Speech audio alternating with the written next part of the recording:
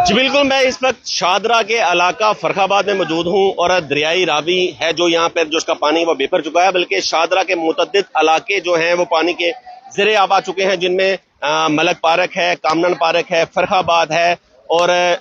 शेर बंगाल कॉलोनी है। ये तमाम जो इसके करीब 10 के ज़्यादा जो आबादियाँ हैं वो पानी के ज़ेरे आब आ चुकी हैं। पानी की सूरत हाल यहाँ पे कुछ ऐसी है कि 6 फुट से ज्यादा पानी वो घरों के अंदर दाखिल हो चुका है, गलियों के अंदर है, बल्कि अब यहाँ से गुजरना इंतहाई मुश्किल हो चुका है। अगर मेरा कैमरा मैन आपको दिखा सके तो पानी की सूरत हाल इतनी कि तेज है कि यहाँ पर खड़ा होना इंतहाई मुश्किल है और इस पानी के तेज बहाव के अंदर यहाँ के शहरियों के मकानात वो भी गिर चुके हैं, बल्कि इनके जो जानवर थे वो भी पानी की नजर हो चुके हुए हैं और काफी तेज पानी के इस बहाव के अंदर इनका गुजर घर से बाहर निकलना बहुत मुश्किल हो चुका है। बल्कि जो इंतजामिया है वो रेस्क्यू यहाँ से महफूज मकामात की तरफ कर रही है। इंतजामिया की बात करूं तो यहाँ पर सिविल डिफेंस, पुलिस और उसके बाद जिला इंतजामिया के कैंप्स लगाए गए हैं और तमाम जितने यहाँ के लोग हैं, रहाशी हैं जो पानी के अंदर फंस चुके हैं, उन्हें महफूज मकामात की तरफ मुंतकिल किया जा रहा है। बल्कि पीडीएम के जो डायरेक्टर हैं अरफान अली काठिया, उनकी तरफ से अभी भी कहा जा रहा है कि जसर के मकाम पर